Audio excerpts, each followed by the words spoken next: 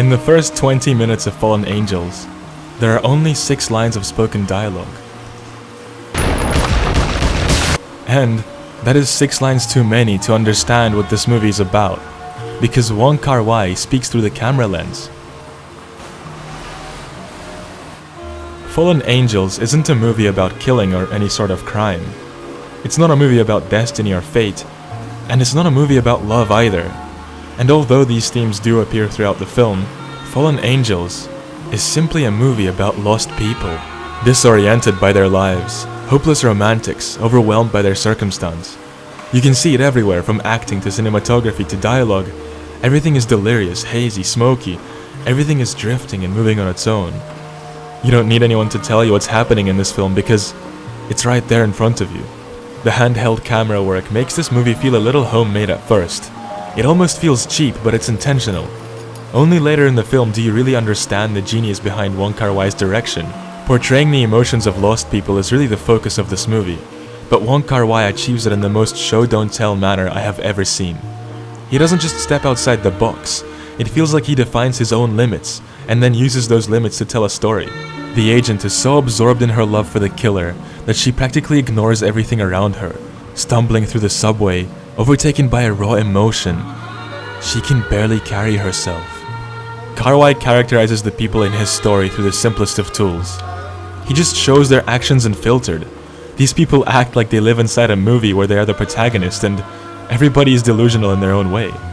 Why did the killer decide to live a life of crime? Does he enjoy the elusiveness of his occupation, feeding into the ego of this persona that he imagines as himself? Or is he really the person he claims to be? Why does the agent imagine the killer as a perfect partner when she clearly understands that he doesn't care about her? Or does she just find the persona of a hopeless romantic appealing? And even this guy, sure thing he can't speak, but he's not really eccentric and weird, he just likes to play the role he ordained for himself. Maybe it's a way of coping with the fact that he can't speak his way into a real connection with anyone. You see, everybody wants to feel like they're someone. They want to be noticed. And that's why the camera work of this movie feels so personal. It's like each and every character hired a cameraman to follow them around. We can see the droplets of blood land onto the camera lens. We peek through windows to get a closer look. We sleep in the characters' beds with them and we follow their footsteps everywhere they go. WongKarWai literally shoves the camera into their faces. It's like he wants to extract exactly what these people are feeling on the inside. He wants them to be transparent with the audience. He wants them to stop lying to themselves. Because only by being honest with yourself, only by accepting your reality can you truly start changing. And we get to see how fate places each person in their designated spots as the movie progresses. The killer understands that he no longer wants to kill, but he can't run away from the sins crawling up his back. The agent lets go of the killer. She learns how to value herself. And the mute becomes aware of his antics after the passing of his father. He matures in a sense. And that is exactly why the final meeting between the mute and the agent feels so natural. She is in search of someone who can truly care for her, and he is in search of someone to care for, the same way he cared for his father. Their two stories run parallel, they have no correlation throughout the film, and even still, from the moment these two characters are introduced, you already feel like they're meant to be together. You hope to see it happen, you await the moment eagerly, and when it comes, it's truly satisfying. And going back to the lack of dialogue, there's no need for communication. As the mute narrates himself, there's just that spark that connects two people, two lost people, finally finding themselves an equal. And WongKarWai manages to capture that spark in every frame of this movie, from long exposure frame blending shots to time lapses. Karwai blurs out the surroundings of his characters. He blurs out the world to focus entirely on that spark, and portraying it to the viewer. The world listens to the protagonists, it behaves like them and complements their emotions. When the agent is feeling heartbroken, or when the killer realizes that he's about to face death, the movie suddenly turns grayscale. When the mute is being silly with his father, the colors turn to these warm oranges and yellows to show that there's a certain comfort and love in these moments. The direct narration style of this movie's writing allows us to enter the minds of each character. It gives us a glimpse of their thoughts and directly contributes to that minimal storytelling. It only builds upon Karwai's camera work. Unlike other films drained in dialogue that doesn't contribute to anything, drained in change of scenery and unnecessary movement, Fallen Angels is extremely subtle. It's precise and focused on conveying the message with everything it has to offer. This movie feels delicate, purposeful unlike any other.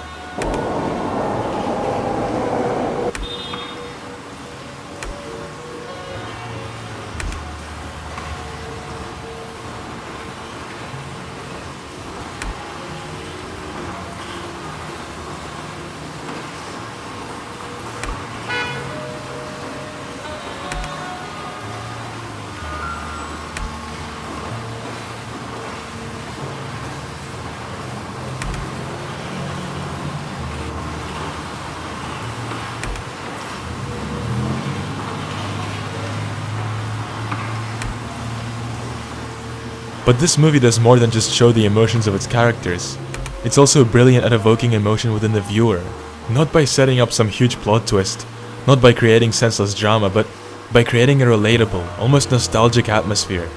One of my favorite dynamics is the mute's relationship with his dad, because there's really nothing special about it. These are just scenes of a son recording his dad on camera and goofing around, and in the moment, you don't see any value in these tapes because it feels like just another day. But as soon as the father passes away, you understand the fragility of moments like this, their importance. The scene where the mute rewatches his own tapes endlessly after his father's passing is so simple, but so touching.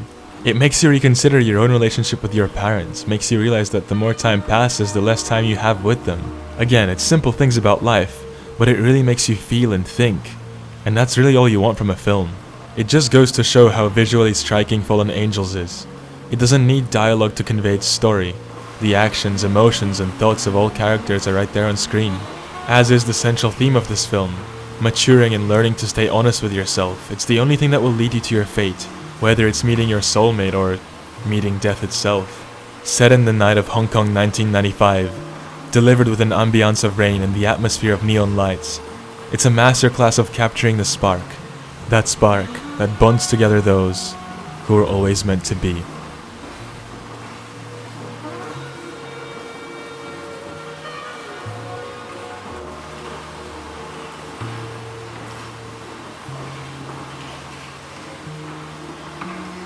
With that, I would like to conclude this video. Huge thanks to everyone who came in from my The Social Network video and subscribed. I highly appreciate you guys, and if there's anything you want to discuss, leave it in the comments as usual. My goal for this year is to reach 50,000 subscribers, so I'd appreciate it if you help me reach that goal by sharing this video or my channel with your friends. The music used in this video will be in the description below, as will be my socials. Thanks again for watching, and I'll see you in the next one.